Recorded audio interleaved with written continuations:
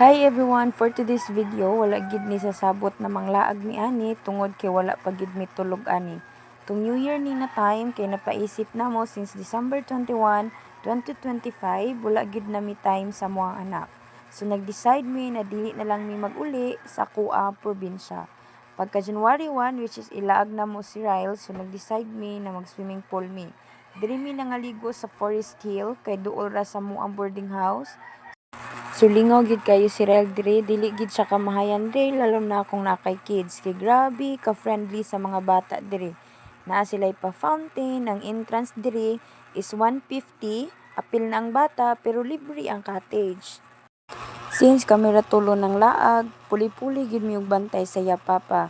Ug hawod na gid siya kayo mag-slide. Halos na dili na siya muuli. Bye for now everyone, see you sa next video.